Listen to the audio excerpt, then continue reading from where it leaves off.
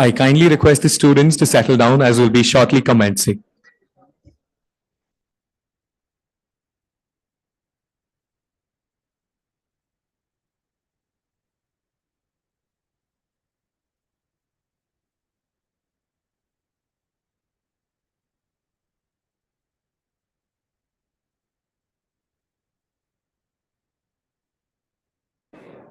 I request the students to settle down so that we can start with the panel discussion. Good morning once again. I now welcome you all to the much anticipated panel discussion on academia, industry conclave, leadership, heritage, and legacy. This dynamic panel discussion brings together visionaries from academia and industry to explore the present and future prospects of leadership and legacy in these fields. Expect insightful dialogues, profound insights, and a glimpse into the transformative power of knowledge and innovation.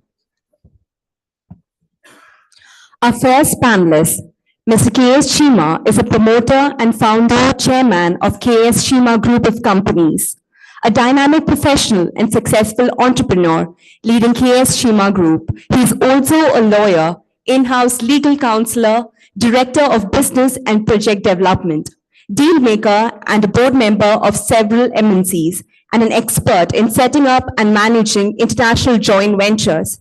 Sir, we welcome you to IIM Nagpur.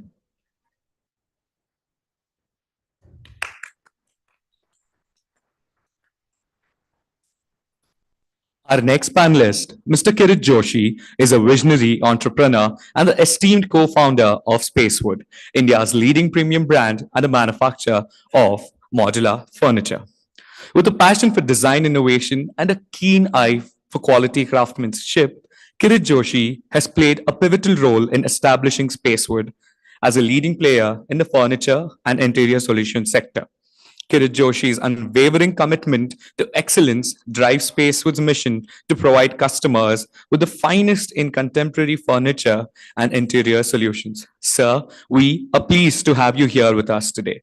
We request you to join us on the dais. The next panelist, Christina, is a reader in public and voluntary sector management at the University of Bedfordshire.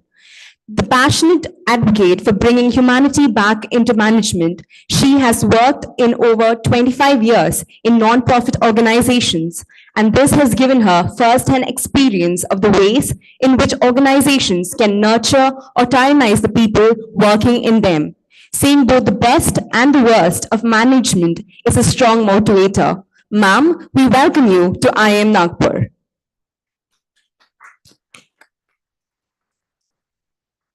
Our next panelist for the day, Ms. Sara, is a PhD student at the Department of Psychology at the University of Innsbruck, Austria. After completing her studies in psychology and economics at the University of Innsbruck, her passion for the scientific research process and her interest in sustainability inspired her to pursue a doctorate. Her research is centered around sustainable production and consumption in a globalized world, with a focus on promoting live wages and fair trade. She is dedicated to finding solutions that support a more sustainable and equitable future. Ma'am, it is a pleasure to have you amongst us. Welcome to IIM Nagpur.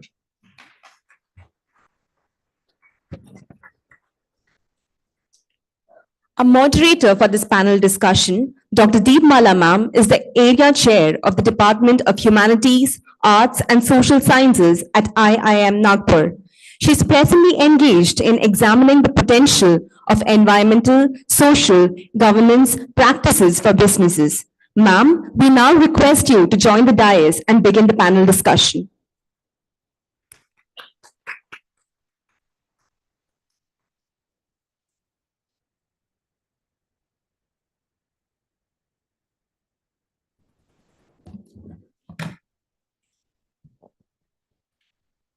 So, thank you, Atulya and Arun, for such a nice presentation, introduction.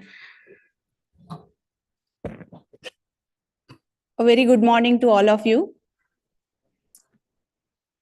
Dignitaries on the dais and off the dais, conference participants, invited speakers, H&M Network delegates, my colleagues, staff, and dear student. From the conference committee, I would like to extend a warm welcome to all of you. Thank you for your presence. And I expect towards the end of this discussion, we will end up at reaching or arriving at some kind of a concrete understanding about the leadership, legacy, heritage. I would like to begin this discussion or the introduction to our discussion as a moderator with the quote from Dr. APJ Abdul Kalam. A leader is one who knows the way, goes the way, and shows the way.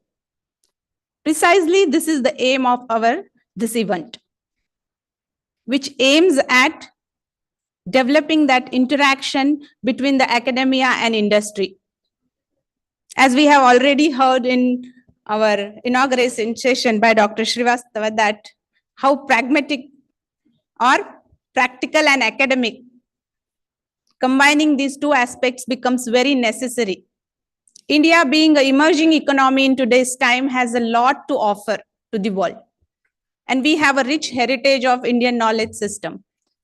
So looking at the different vantage points, combining all these threads, weaving together a nice fabric, we can offer that. So this industry academia conclave aims towards that. So without going into much details, I would like that our panelists and esteemed speakers, experienced industrialists and academicians, they should go forward, they should explore this domain and offer us their insightful viewpoints. So, moving forward, this event has a definite structured format. According to that,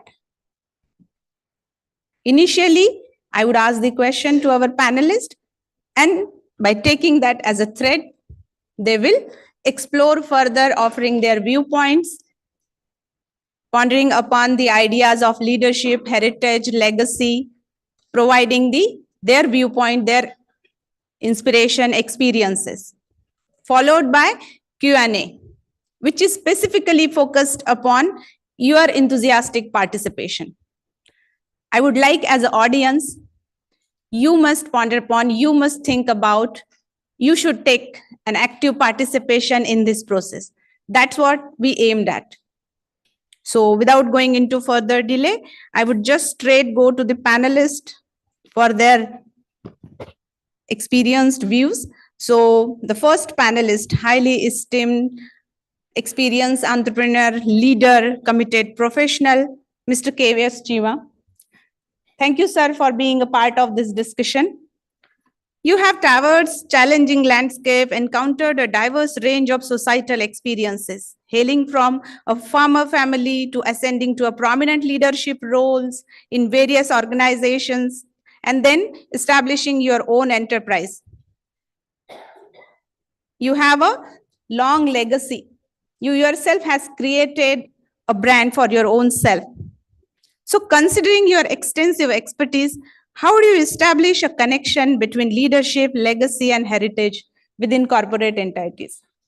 I would like, sir, from you to express your viewpoints, share with us your experiences. Either you can do from... Yeah, you can. Thank you, sir. This is yours. Good morning.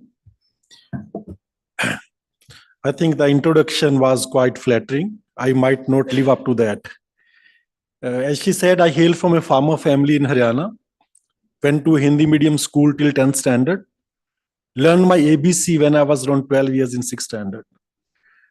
Never had a chance of going to any management institute like you are privileged to, but luck has it, I'm standing here today. So my career has gone through 4 spans. I have been with the Indian Air Force. I've been a practicing lawyer. I've been heading a group as big as Tata's, but not in India, in Muscat. And for last around 10 years, started as a businessman, have become an entrepreneur. And why have we used these two phraseologies of businessman and an entrepreneur? Businessman is successful, he makes enough money, he grows, his turnover grows, and he's happy. But is the entrepreneur that? To my mind, no. Entrepreneur has a bigger canvas, has a bigger role. So I'll just read out a definition set by Harsh Mariwala, if few people know him. He says the entrepreneur is a person who wants to leave footprints in the society. He wants to transform lives. He wants to create a meaning. And he's so focused on the meaning that nothing phases him. Not even the mundane routine of taking idea from a drawing board to the marketplace. The only thing that drives him is goal, and goal lays the road he makes. Entrepreneur is someone who invented the phrase, I can. Are you with me? So we, after having a corporate life of around 15 years overseas, working in 40 countries, going around the globe maybe 100 times, I decided to come to India and start business. So in 2013, we landed up in Nagpur and we created two successful real estate projects. And that's the time when my son joined, who had a fortune of going to management institute like this. And he says, no, we have to grow and diversify.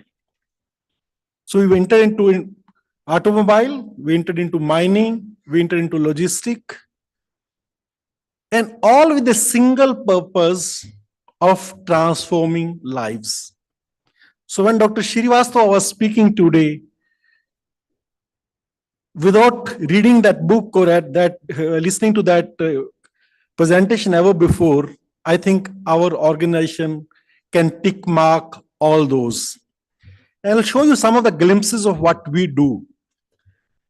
See, once you want to create a legacy, you have to be different from others. And when you have to be different from others, it's not by making more money, it's doing different things. So for me, the decade of 2000 to 2010, the financial capital was most important. But the decade of 2012 to 2022, the human capital became very, very important. And today, I spent 60% of my time in nourishing the human capitals. So we have done we have taken certain steps in the direction where we want to be. We are still not there. So if I can ask somebody to play that, which is possible. So what we do is we respect people when they come on board. Like any new member of the family, when he joins a family. Similarly, when anybody joins my organization, whether he's a peon or whether he's a CEO, he's picked up in a Mercedes car because that's the brand I represent. So my car and driver goes to his house, thanks his parents and family that you have created such a good human asset which is going to be useful to us. You can go to the next slide, please.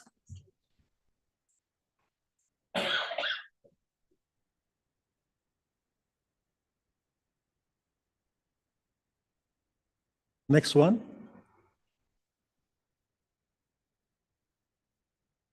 It's okay. Let's leave it. So we pick them up in a car. My whole HOD's team goes downstairs.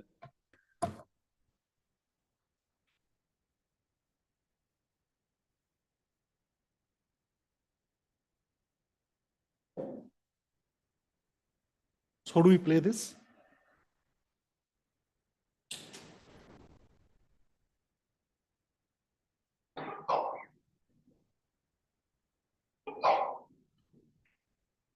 So I'll just show you what we do. You can play the sound as well. So the invitation goes to the house first to thank them. The car goes to pick them up. This is a very, very middle management lady who is looking after our accessories business. She came from, I think, Skoda or Toyota.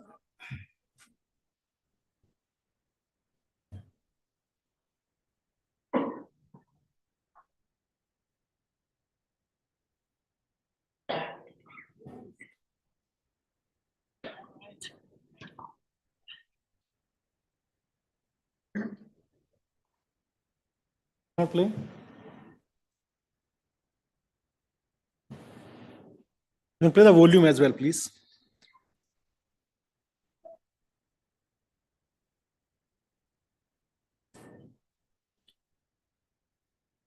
So to the extent during the interview, they ask the preference of music. Their music is set in a car when they come. When they come, they're welcomed by a team.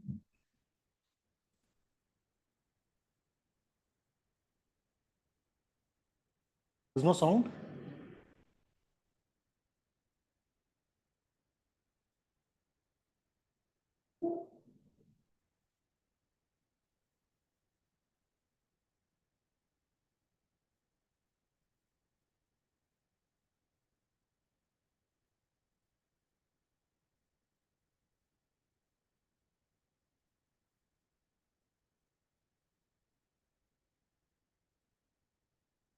I think let's stop it.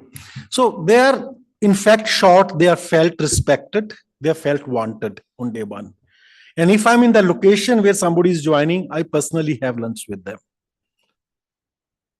Then we have also captured the whole life cycle of any human resource, right from the day they join till probably they retire from the organizations. And we coined that as a blue book. Now, blue book, if you are familiar with the international market, is a book which is referred by American bank for every transaction they do. No transaction can be done by skipping that thing in that. So our blue book captures the whole life cycle of employees. This is the blue book we have launched. And everybody has an answer to everything. Then we have created a Garnet Elite Club where all good performing people are given membership annually. And this is open right from a PN to CO again.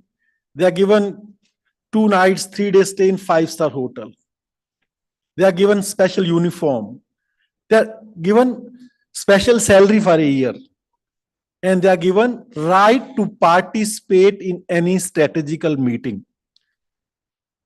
So that's how we nurture our human resources. And what has happened because of that, in last 4 years, since the time we have entered into automobile, 3 HODs left us and they joined us back within 3 months. They couldn't find the settlement anywhere else.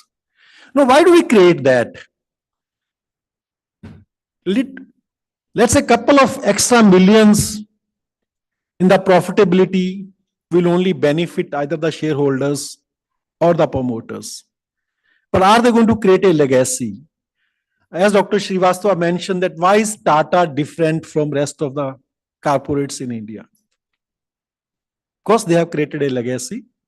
Today, even the people who are working with much bigger corporates, much bigger organizations are willing to switch over to Tata by compromising their salary and status. So that's the value of a legacy. And then you create a brand which lives forever. So we have invested into our brand. If you go to the next slide, please. So we have also registered our trademarks, our brands, and we have certain culture in the organization.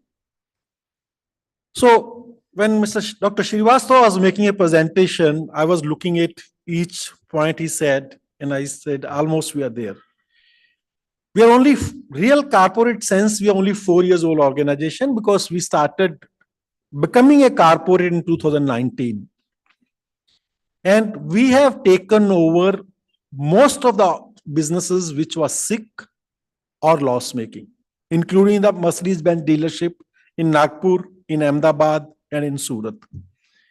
With the same human resources, from the same premises, and with the same product. That means market, human resources, and the people was same, but we turned all those organizations into profit making in year 1. And in 4 years, I'm proud to say we have grown 50 times. From a turnover of almost 50 crores, we are to 600 crores. And from a profit of almost half a crore to a 25 crores in a span of 4 years.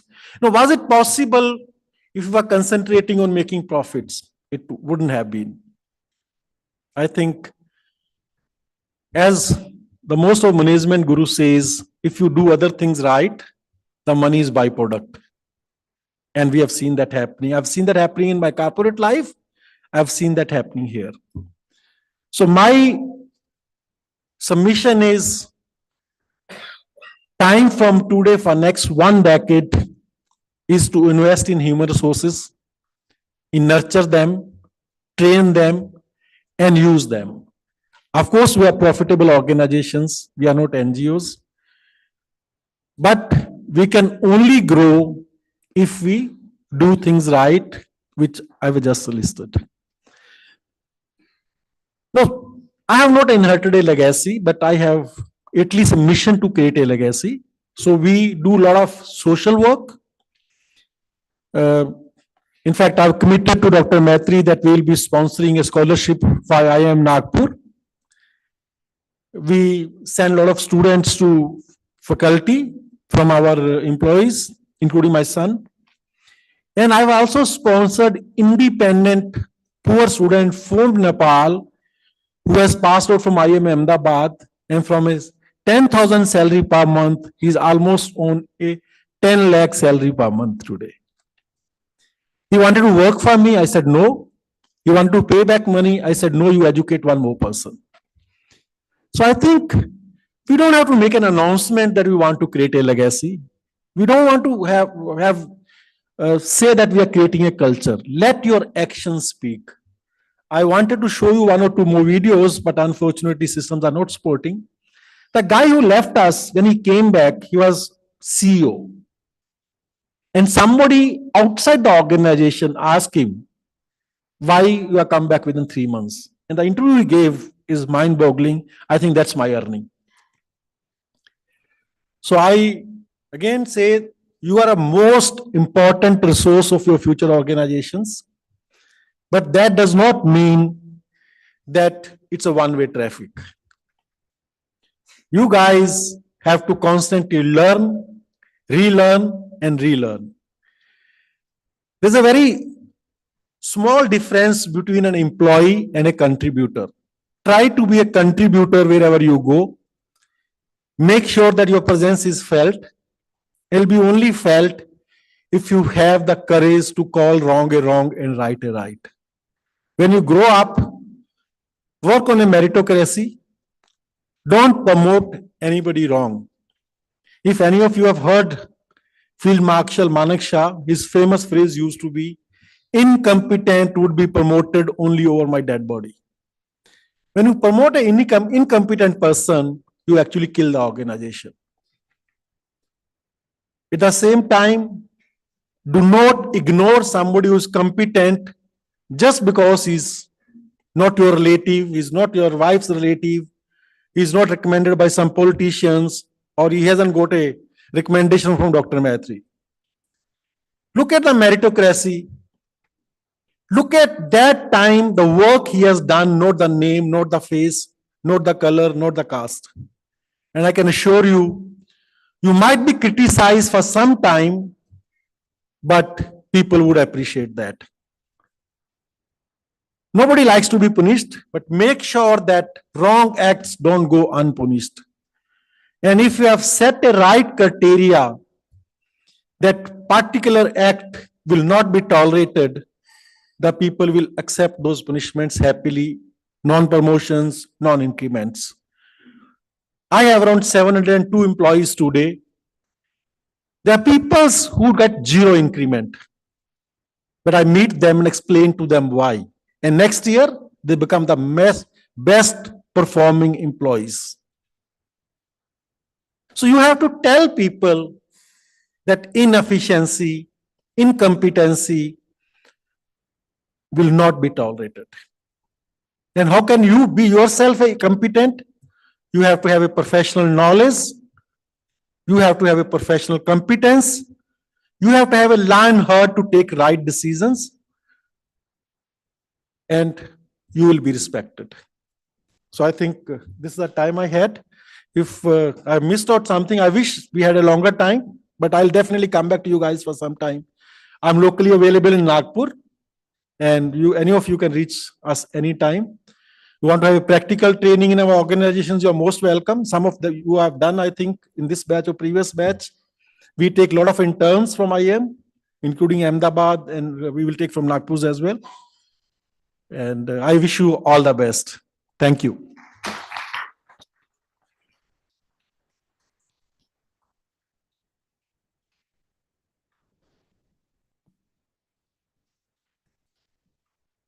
Thank you, sir, for your insightful words and showing us the practical application of human values and the dignity that a person can uphold for other people. Thank you. Now, moving forward, I would like you to hear from the person who is a first generation entrepreneur and who hold a unique position in which he has an opportunity to establish a lasting legacy for future generation.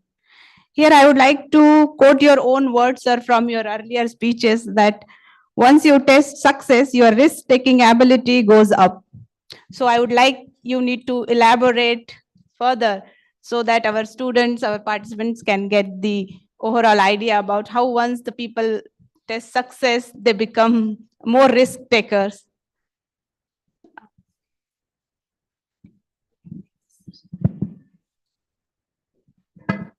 So I guess I think you want also me to speak on the leadership also. Yeah, okay. So good. Now it's a PM. So good afternoon, everyone, and thanks for inviting me here to be a panelist with. And I'm so privileged to be amongst the top-notch panelists here. And Mr. Chima, I must appreciate that I learned a lot of things from you in, let's say, last 5 minutes.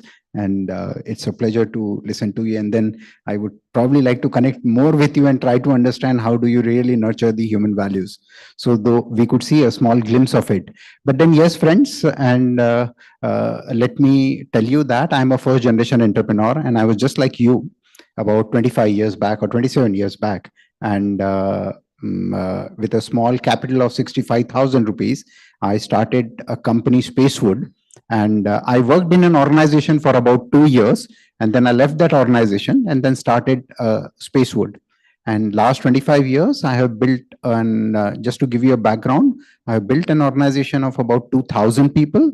And we are about close to 600 crore company. And we have a lot of manufacturing setup in Nagpur, spread over about almost 1 million square feet of area. And we are amongst the top 3 largest furniture company in India. And the most important part is all that has been built, and I attribute everything to the human connect, which I'll come back to you at a little later stage. Now, this program of about leadership, and I would like to share with my experience of the leadership. So in my opinion about the leadership and about the sustainability of the growth of the organization. So what exactly are we looking at when it comes to a leadership issue? So I think unbundling the human potential, I would say one of the very key element of a leadership. So a leader should be able to probably extract and explore out of people, which is the most core part of the leadership. And this needs a very, very strong human connect. And once you have a very strong human connect, which definitely you built up a empathy over the people. And that empathy is going to be very, very critical part when you talk about a good leadership development. So in books, normally in academics, this leadership, this empathy, human connect is not being taught, but then it comes within, and this has to be developed. Once you start connecting with people, then there's automatically the empathy and human connect issue, unbundling the potential of human comes, you start developing on that. The second important aspect, which I would put it like that the sense of responsibility. This is going to be very, very critical part, because then all of you guys are management guys here, and then you're going to be in future leaders here. And of course, people will look at you, and this leadership is to be taken. Nobody gives you a leadership. So nobody gives you a responsibility. Responsibility is actually taken. Responsibility is never given. Whenever you start to give a responsible, make him responsible, trust me, that doesn't last.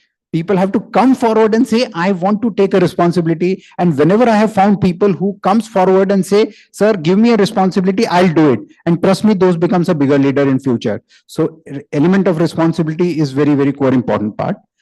Vision and objective of the organization. So you need to be very, very clear on the vision of the organization, because the more clarity you have in the vision, the more and more people will get aligned to it. Because people align not only with an organization, but also the vision of the leader. So I think that's very important part, that when you become a future leader, please have a clarity on your vision. And then the objective of the organization. Sometimes the profit making is not the objective of the organization. When you talk about Tata, as everybody was mentioning about Tata, the profits were never the objective of the organization. The core objective was very different. And when you have a core objective and the objective means, I would say, purpose of the organization. When you say purpose is little different, then you attract like-minded people into the organization, which is also going to be very, very important part.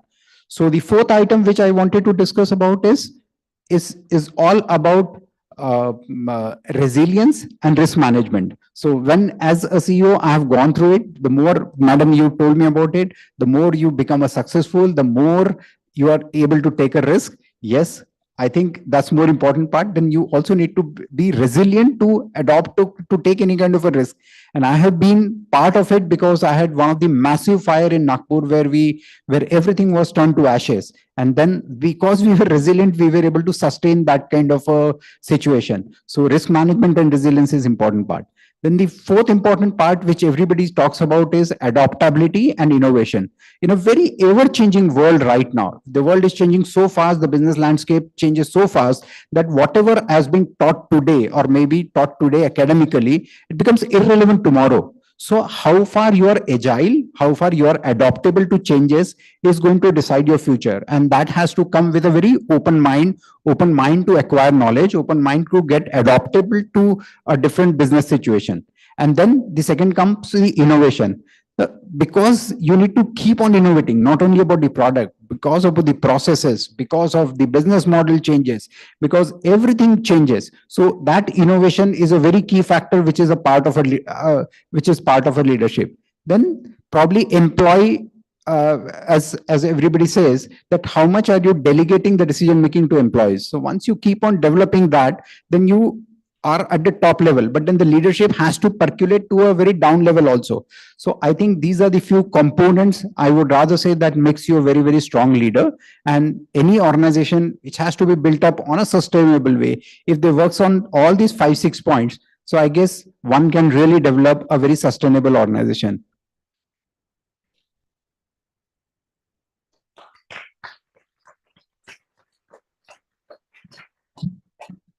Thank you, sir, for showing this practice-based words of wisdom.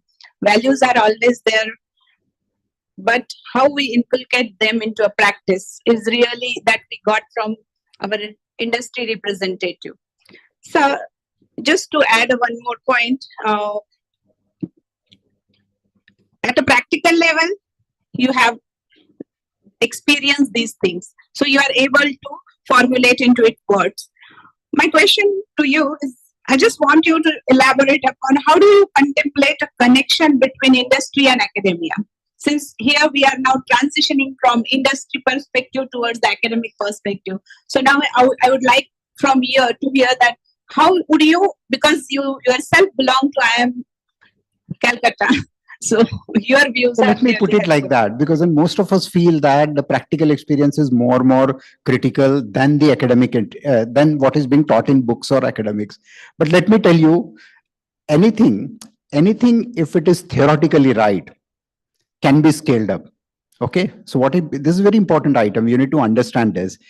Anything which is practically right, practically done, but not theoretically correct is not sustainable.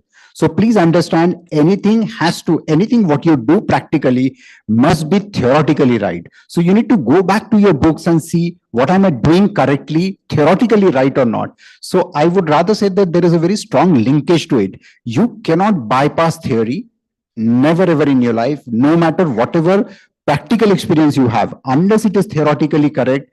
nothing is going to be sustainable. That's what I feel with my experience. So I have been a VNIT student. I have done a course in IIM Calcutta, but then whenever I correlate everything, whatever was not theoretically right, I have failed into those things in terms of scaling it up, in terms of probably making it more sustainable. And whatever I did, the basics right, which were theoretically right, is still prevailing, and I'm sure that it will prevail forever.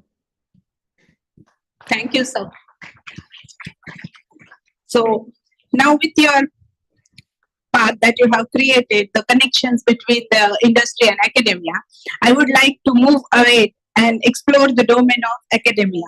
So now I introduce Dr. Christina, who has a elaborate research, a very vast experience in both the domains, industry as well as academia. She was at leadership position in various organizations. Later on, she began her research in voluntary organizations, specifically the various cases, various experiences related to the inclusivity, equality. So, ma'am, I would like you to please ponder upon, explore your experiences, which will connect the industry and academia in a more beautiful way. Over to you, ma'am. Can everyone hear me? Is the microphone working? Yes. Excellent. Okay, thank you very much. Well, I think this is a really fascinating question, and I was very glad to be given this question because although I spent 25 years working in the voluntary sector in a variety of jobs, I'm now teaching, and so I'm passionate about teaching, just as I used to be very passionate about management when I was a manager. So to talk about both of these things together, and in particular, I think, to talk about the role of the business schools in promoting more equitable management is something that is very dear to my heart. So I want to start particularly by focusing on that part of the question, which is about the role of business schools, and then say a couple of words towards the end more about the nonprofit sector particularly. I think in terms of business schools, one of the most interesting things that we can do is really think about role modeling. Because if you're looking at, I'm talking firstly to the teachers, but I'm also wanting to talk to the students, because really it's the students who know whether the curriculum is delivering a more equitable leadership. Is this not working? Oh, that's much better. Sorry, nobody mentioned that before. Can everybody hear better now? Yes, excellent. Right. Okay. I'm going to start by focusing on business education and its role in creating more equitable leadership. I think my colleague will talk more about sustainability, and I'll focus more on equitability. I think one of the most interesting things that we can do, particularly if we are teaching leadership, is to role model. And of course, we have the most wonderful opportunity when we are in a classroom, and as I say, I'm speaking at this point to the teachers, to role model the kinds of leadership that we want to be promoting. So if we're thinking about leadership in terms of a more equitable society, what are you as teachers doing to encourage contributions from a very diverse student group? Do you encourage women to talk about their experiences of being in the workplace? Do you encourage people who are differently abled, who perhaps have learning disabilities or physical issues, to talk about how that affects them and encourage those perspectives to be built into the curriculum? Do you start a session by asking if there is somebody with a disability who perhaps would need the presentation in a different format?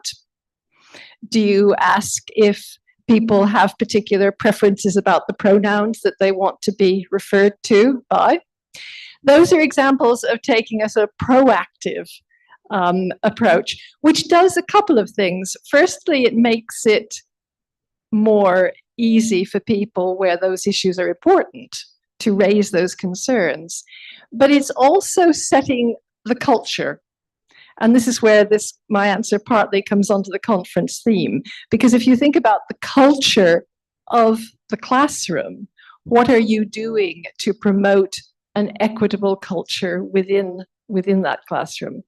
So if you're thinking about your leadership role, what kind of followership are you wanting to encourage? And how can you make that as diverse as possible? And I think that then comes on to the wonderful issue of curricula, where you have the chance to modify your curricula. That's great. Where you can design it completely from the beginning, that's wonderful. Where you don't have that choice, which is often the case, so where you're teaching from a set of predetermined outcomes, slides, PowerPoints, learning objectives, etc. How can you bring a more critical perspective to interrogate some of those things that are sometimes taken for granted in the world of management education? So, for example, one of the things I often say to my colleagues, because I'm getting known as somebody who's got a passion for equality and diversity, and my theory is that there is an equality and diversity and inclusion element of any topic. And I challenge anyone to find a topic where that is not the case. And of course, somebody from accounting will say, yes, but not in management accounting.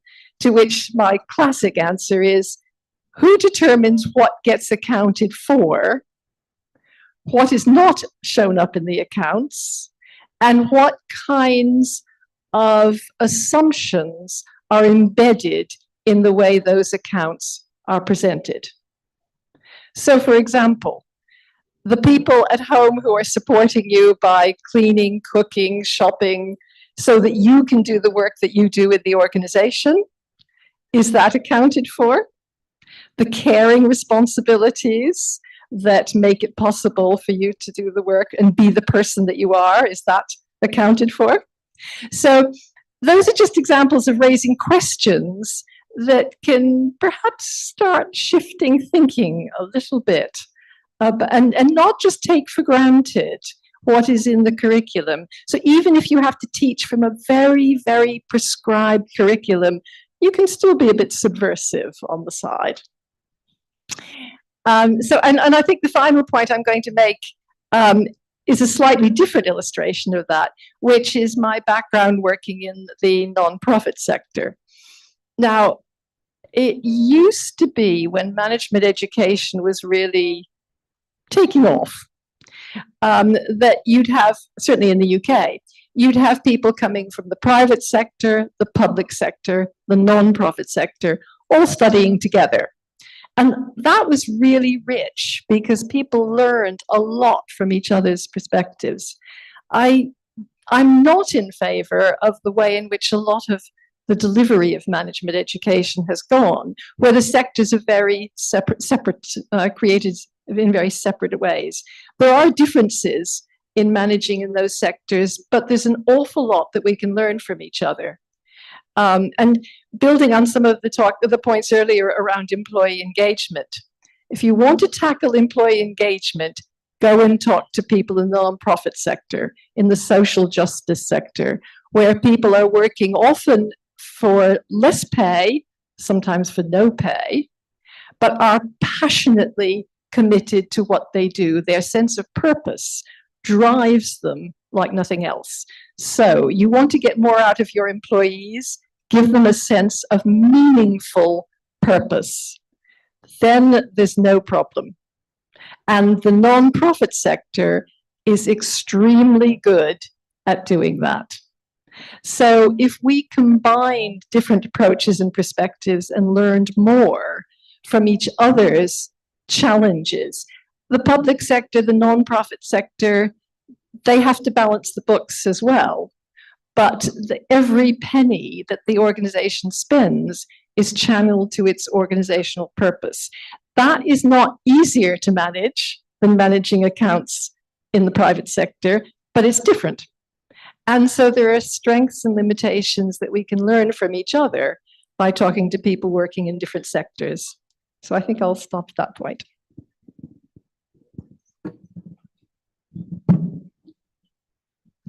Thank you, Dr. Christina, for such an insightful, thought-provoking points that you have elaborated for specifically teachers, how to improve their delivery, how to incorporate the equitable education into a system, a much needed perspective development that is required in today's time. Here I also like from Ms. Sarah to contribute to create and takes the discussion further in terms of understanding sustainability, in terms of understanding leadership for the sustainable development. Thank you. Over to you. Thank you very much for having me today also here. And thank you for this question. I'm very happy to also give you some examples on companies where the leadership and legacy really does have an impact on the sustainability performance. There are many examples where the legacy has an impact in a good way, but also in a bad way. But let's just focus on the positive examples, right? My favorite example of ethically responsible company is probably also the most famous example. I think that Patagonia, for example, is a company that we can look up to in terms of sustainable leadership and legacy. The founder of Patagonia, who was Yvon Chouinard, has left a lasting legacy through his passion for nature and the environment and his commitment to sustainability. I think after the pandemic, the founder even donated all his shares of the company to an NGO to make sure that the company will remain committed to his values and to sustainability causes. The new CEOs of the company also adopted the legacy and the leadership strategies of the founder and drew even more attention to the company with actions that explicitly spoke out against the greed for profits and the urge to consume and also against wastefulness. One such action was, for example, urging people and consumers not to buy their products unless really necessary. Or they also, since some years, donate 100% of their Black Friday sales to sustainability causes. Today, Patagonia is one of Time's 100 most influential companies. Another example that I want to mention, especially in terms of social sustainability, would be the Ben & Jerry's, the ice cream manufacturer. They are known for their commitment to environmental sustainability, to social justice, and to employee well-being. The founders, Ben Cohen and Jerry Greenfield, established a company culture that values employee happiness, social responsibility, and community engagement. In their leadership, they put great value on humanistic management approaches. Their ethical values are reflected in their product ingredients as well as their business practices. The leaders like to focus on people, social responsibility, and value-driven decision-making. Important in their approach, in my opinion, is the hands-on mentality. Even after growing their company to an internationally recognized brand, they are still very actively involved in their everyday business, leading their employees by example. For example, they take part in the product development and also actively engage with their employees on site to motivate them. The great belief in empowering employees, they also created employee-centric leadership with a unique compensation strategy that guarantees competitive and also fair wages, even for workers on entry-level positions. Furthermore, they also implemented a policy where they kept the salary of executives to ensure greater equitability and to ensure that the generated wealth will be shared more equitably between all employees. This approach didn't only contribute to the company's success, but also to its status as a beloved brand that shows socially responsible business practices. And the founders are still eager to use the brand to draw even more attention to causes that are very important to them.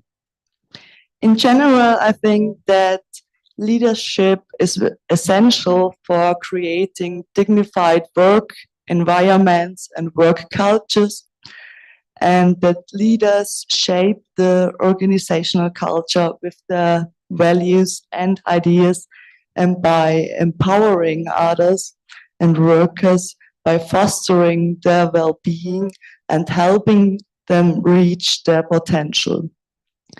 Such leadership will have a positive impact on an enduring organizational culture that benefits both individual workers as well as the company and the whole broader community. Thank you. Thank you, Ms. Sara. So now the panel is open for the Q&A. So anyone who wants to ask the question to our panelists, please go ahead. Yes. Please pass on the mic. Someone must take the mic there.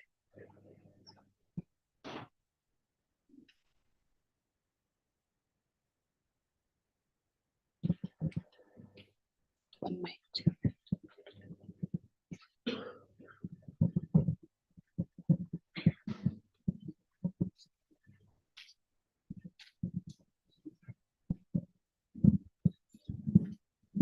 Good afternoon, all panelists. I have a question like now everybody have spoken about their employees' well-being so that they are productive. Now going beyond that, and if we care for the society, we as a company, we do CSR activities. And that has been made compulsory by the government in recent years in India, of course. So my question is, some of the companies, they do the CSR activities, making legacy for the brand or the company, but they encash instead by building a brand. By doing the CSR activity, they encash it indirectly, building their brand for the company. So, is it justified?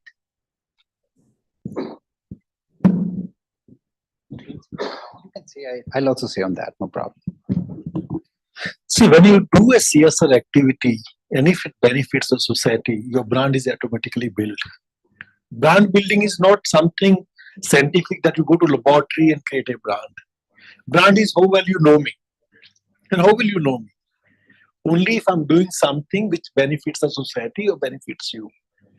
So when we spend CSR money, it's not a marketing activity, but every good activity helps you in building a brand. So I don't think there's anything wrong if you are spent from a CSR fund is also helping you to build a brand. How will you know me? Supposing I've created a school here, or I've adopted a tribal children. Ultimately, everybody would know who has done it, right? And then what is he doing? So today, if you looked at my first slide, even my group name has the logo with my name.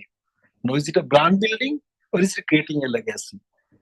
So it's a very thin line. Yes, there's an issue with our corporates. I would say by putting my hand on the heart, at least 70% of the people do it as a formality and take cash back, which is bad. I've seen a lot of people donating money to NGOs. They only leave with them 10 or 15% and they say बाकी cash हमको वापस दे दो. उनको भी अपना books बनाना होता है और corporate को भी फायदा होता है. That is something unethical I will not subscribe to. But otherwise, every good act is a brand building, either for an individual or for a company. Yeah. Let me add to it more. Now, the point I'm coming from is as we know now, the word disproportionate is getting very, very popular with the Israel war, where a disproportionate response to it, if you really talk about it. So that's something which is being very talked about, a word which is called the disproportionate. So people doing one and disproportionately highlighting it to 10 is a bad idea. You know what I'm trying to come from is that you are doing maybe CSR activity or smaller CSR activity and disproportionately marketing it. It's a bad idea, number one. The number two important part which I want to say, but proportionately highlighting what you do good, which also defines the purpose of the organization, which I was talking in my when I was talking, I said the vision and the purpose of the organization has to be clearly defined.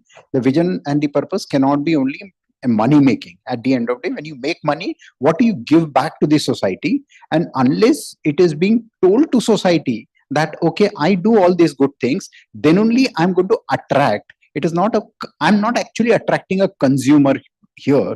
Brand making is not about consumer. I'm also attracting a talent pool here. People would like to attract to Garnet Motors because they do a very good job. They adopt school. The purpose is not only money making, but then they do a lot of other activities. So I think in a proportionate way, I would still calibrate it in a very calibrated way. Highlighting it subtly is still a good idea. Yes. Thank you. And also, I think when you speak, when you do something good, it's like infection. It spreads. If you've done something good, probably your peers, your acquaintances would also like to do good. I give a simple example during COVID.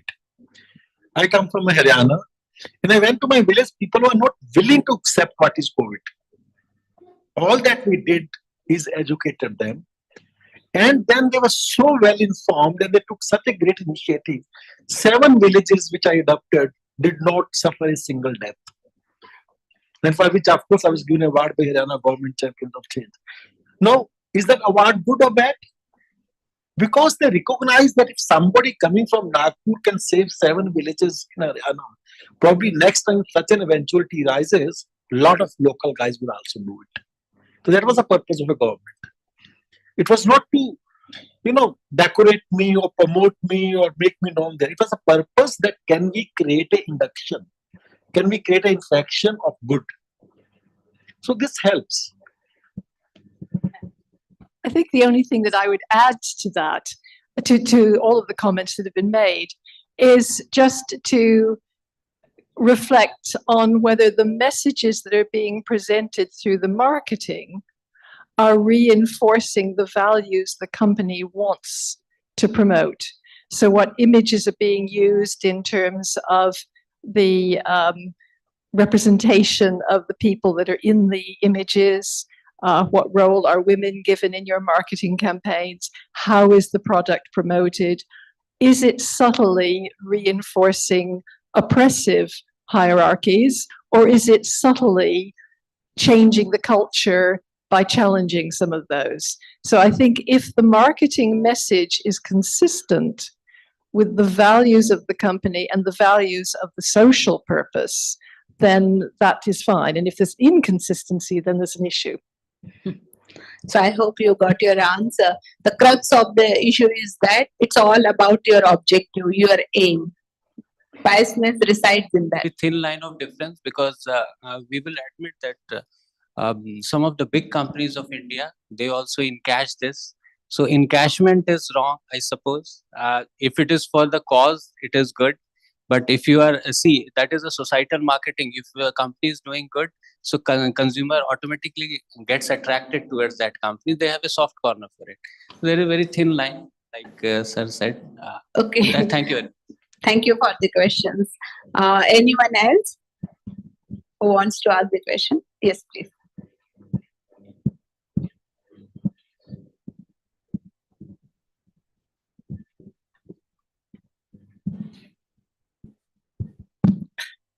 Good afternoon, panel members. I'm Rakesh Mali Patil. I'm very much impressed about the KS Schema sir presentation and how they treat the employees. So this is the very first time the company which I have seen, they have more concern for the employees. So my question is with regards to the CSR activity.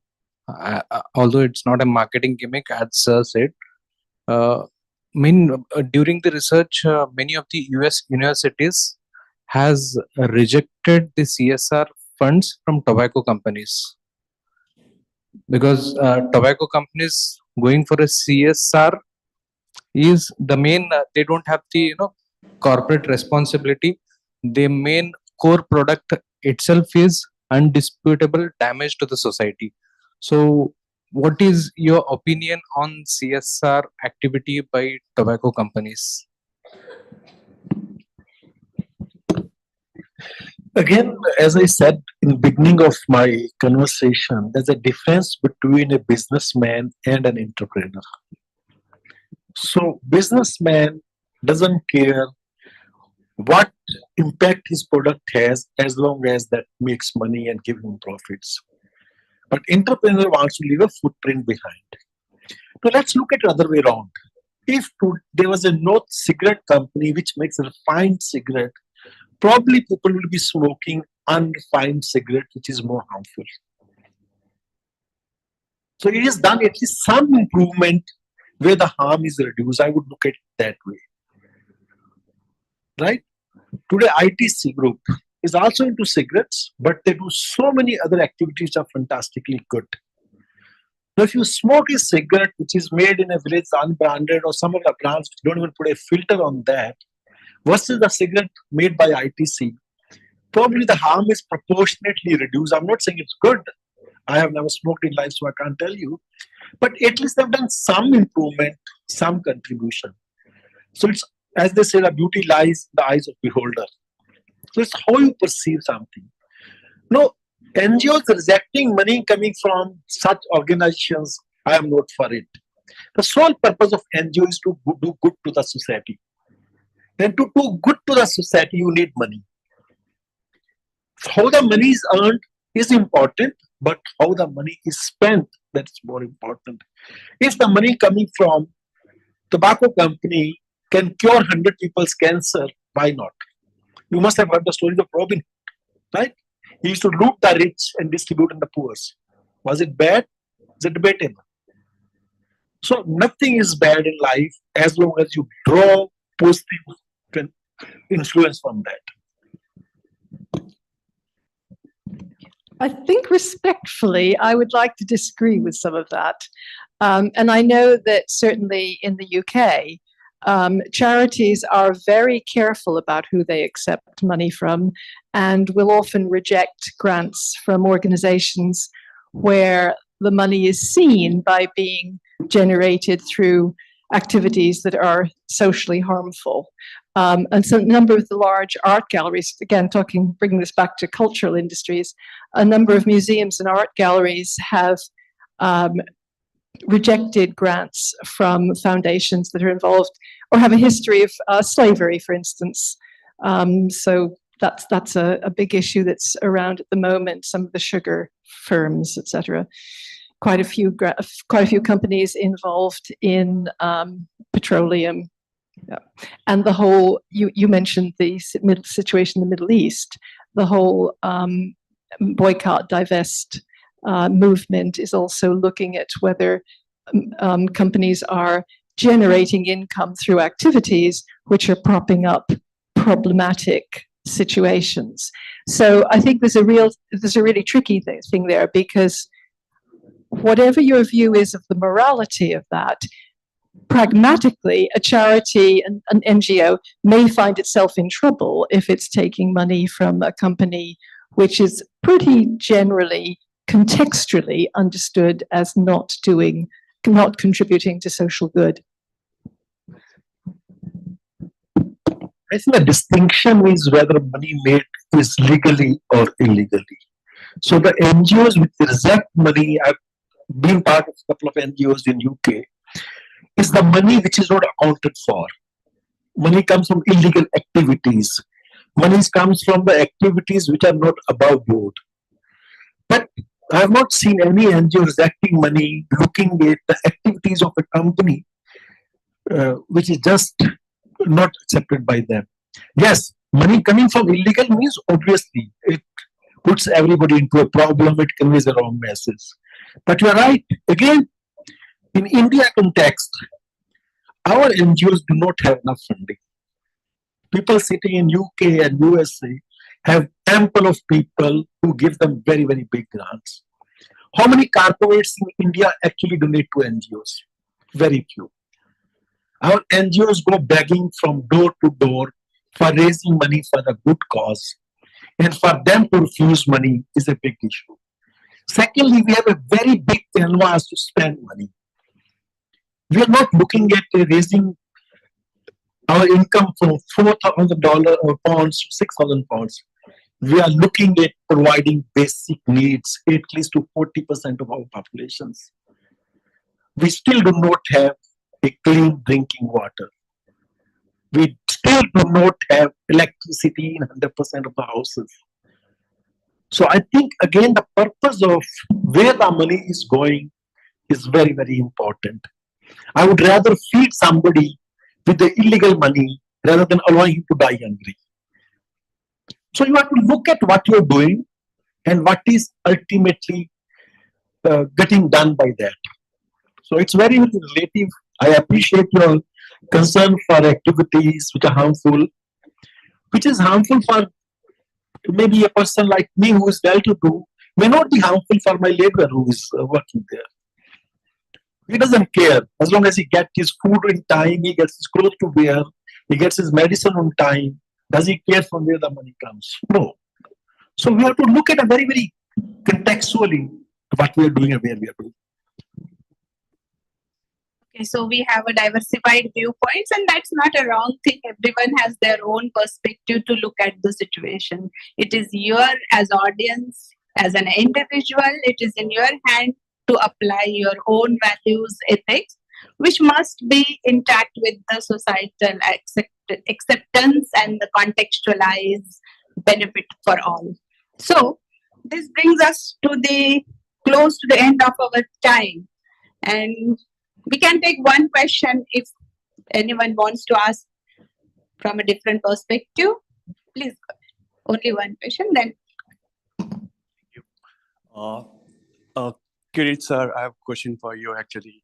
We are talking about the sustainability here, and everyone wants the luxury of furniture. Even I also want the luxury of furniture here. But how you see this as a sustainable business going forward? Because we are somehow harming the environment, considering our luxury. Yeah, please. I'm sorry, I'm not pointing specifically to space food, but it's just general. I've got a kind of the guilt pleasure when I use the furniture. So yes. Okay. Yeah, so my question is also related to sustainability. So I just wanted to ask that what steps can companies reconcile with the principle of sustainability with the prevalent practice of planned obsolescence, which we see in product design and manufacturing. So what steps do companies take for sustainability in such scenario? Thank you.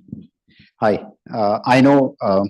So let me tell you, the wood has traveled a long way. Okay, so wood has traveled a long way. They were earlier the sleepers for the rail, right? And now it has gone into the furniture at maybe 50th floor at Cuff Parade in Mumbai. So it has traveled a long way.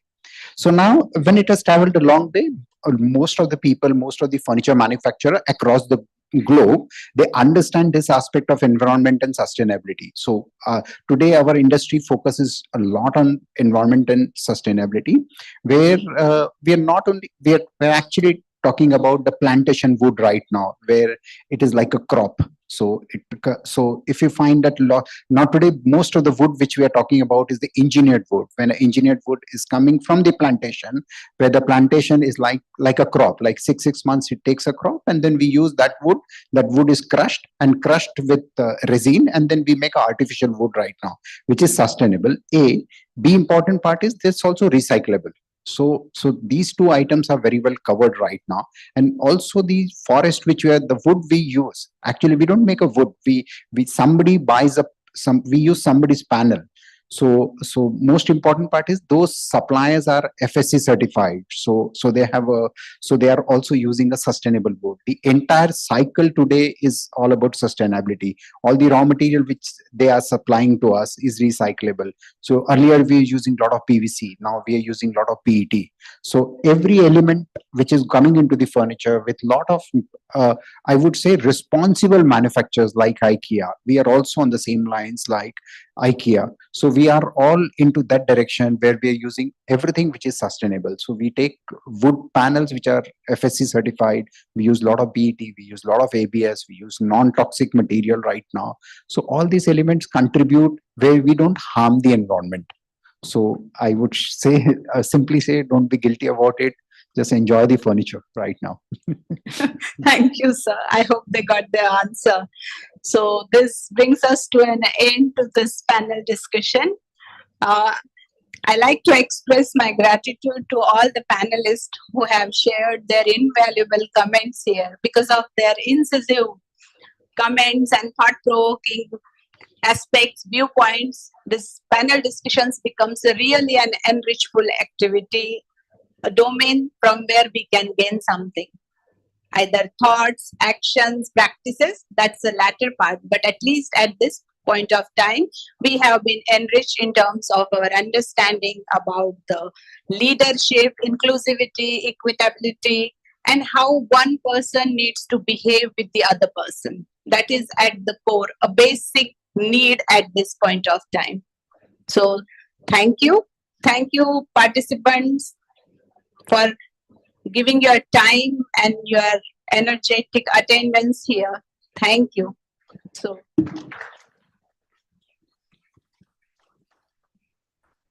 now, in recognition of our appreciation and admiration, we would like to present the mementos to our esteemed panelists.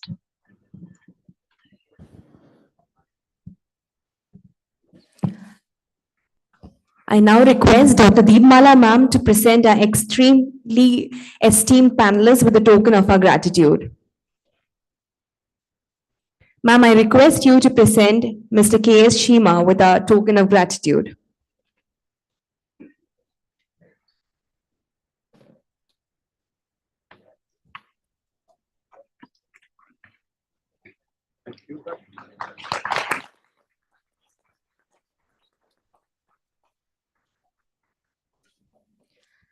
Ma'am, I request you to present Mr. Kirit Joshi with a token of our gratitude.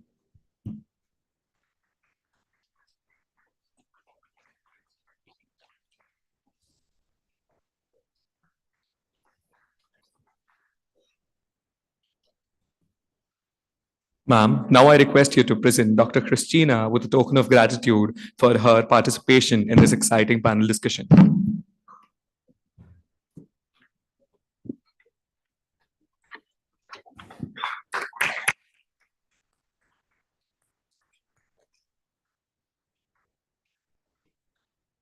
Now, I request you to present Ms. Sara with a token of gratitude for the same.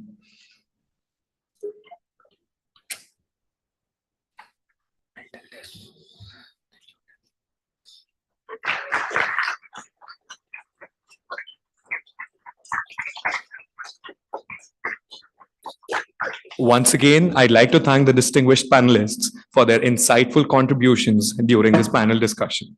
Your thoughtful perspectives and engaging discourse enriched our understanding, and I'm sure this will also foster some meaningful dialogue amongst the gathering. Now we have amongst us members from the Union Bank, our sponsors for the 11th Humanistic Management Conference. We request Mr. M.B.N. Ravi Shankar to come to the dais and give their presentation.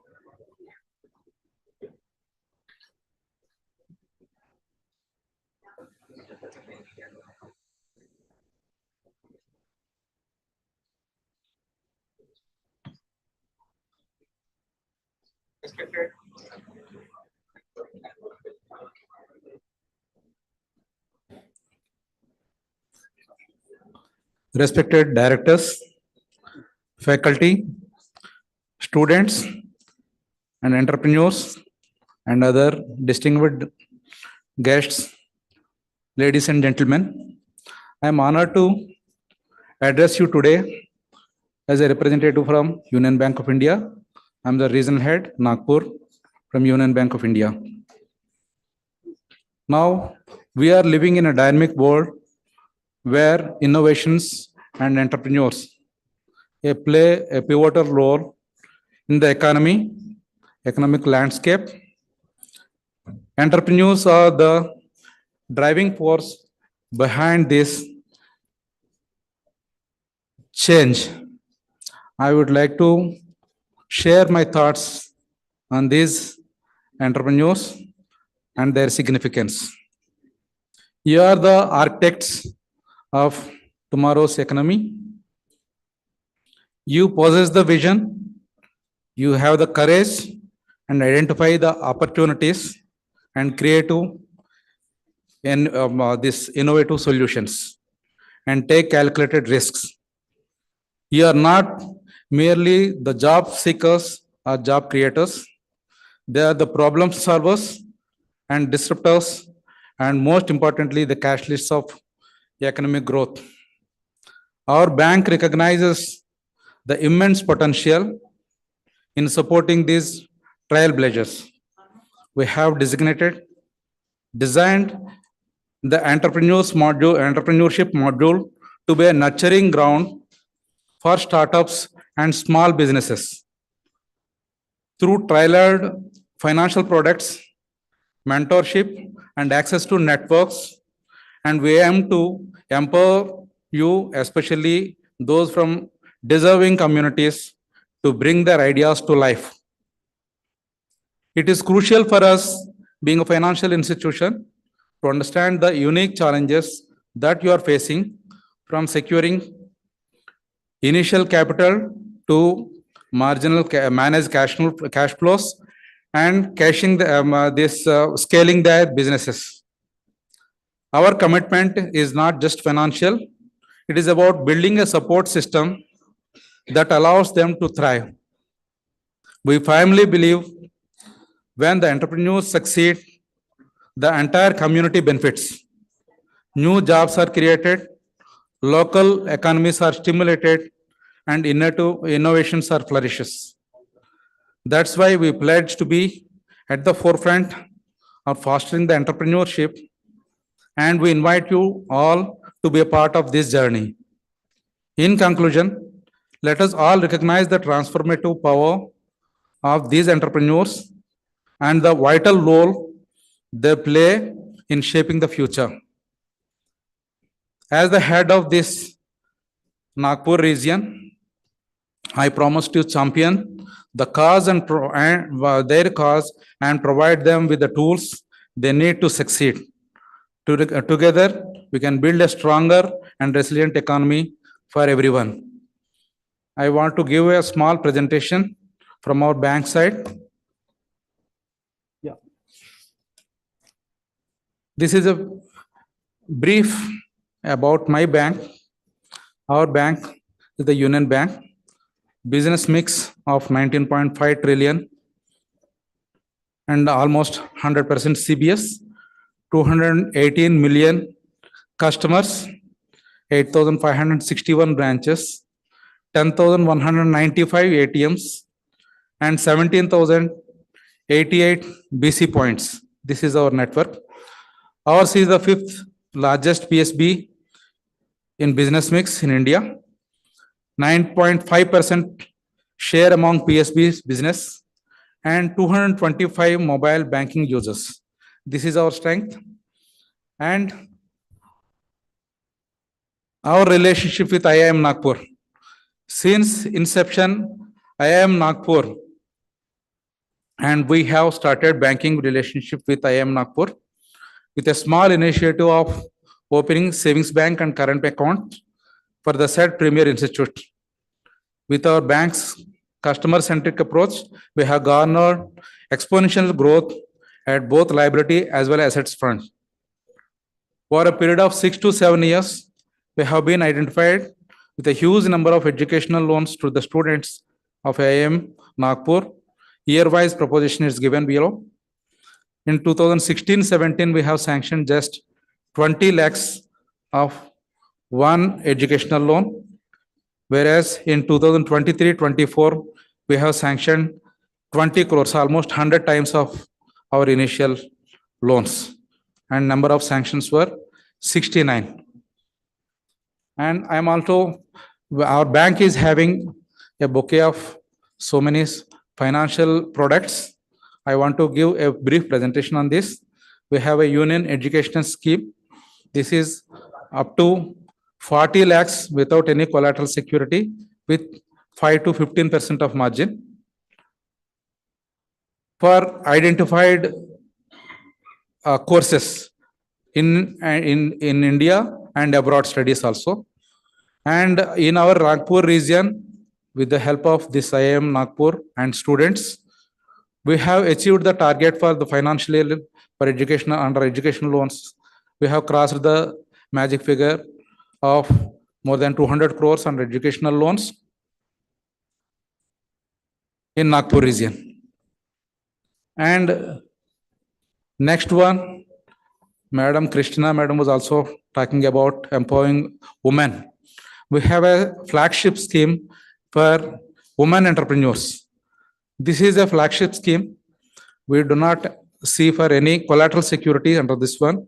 We are encouraging women entrepreneurs with competitive rate of interest. The rate of interest, which is almost 1% less than the applicable rate of interest to any other entrepreneurs.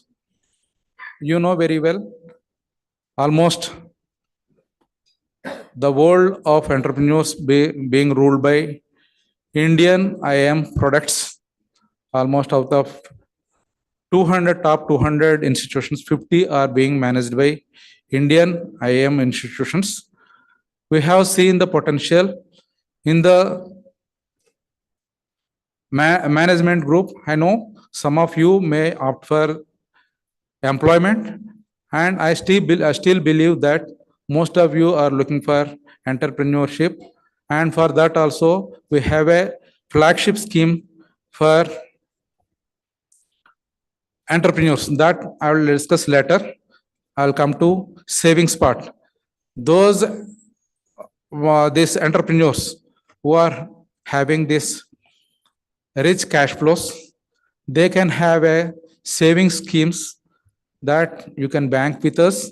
We have a savings schemes for individuals, and corporates will open the current accounts. These are the actually for women entrepreneurs, women customers. We have a savings insurance linked savings schemes. Just by keeping a savings bank account, you will be insured for your health and your this accidental insurance and some other free access of services for your remittance facilities, NEFT, RTGS, and SMS facilities at free of cost we are providing. And next one is SBHNI, these high net worth individuals. This is also a savings linked, insurance linked savings scheme, and almost 50 lakhs air insurance, accident insurance is free, and some more remittance facilities which we are at free of cost we are providing. And next one, it is for Union Classic Current Account. This is for entrepreneurs. Those who are having their businesses, they can do the business through Union Bank of India current account. For this also, we are offering free remittance facilities. And another Union Samriddhi scheme for especially for women. Here, your health is insured just by keeping your account with Union Bank of India without any premium. You have to just maintain a 15,000 minimum balance under this one, and your health for cancer and other diseases will be covered. This is a minimum thing, this one. And union salary savings accounts for employees. Under this also, there are so many concessions bank is providing, and I need us to mention all these things. And most of the things, it is unique in nature. And most of the, we know very well, there are so many financial institution players in India, and very few institutions are offering this type of salary savings accounts. And another one I want to discuss about this one, actually, Union Suvidha scheme. This is for entrepreneurs up to 5 crores without any collateral securities and with a small margin with as your contribution. You can avail the facilities from the banking from Union Bank of India. We have a specialized institution for processing your loans at hassle-free. It is MSME loan point. We have especially for MSME units, we have opened. You can utilize all these facilities at Union Bank of India. And thank IAM for providing this opportunity. Thank you all. Thank you, friends.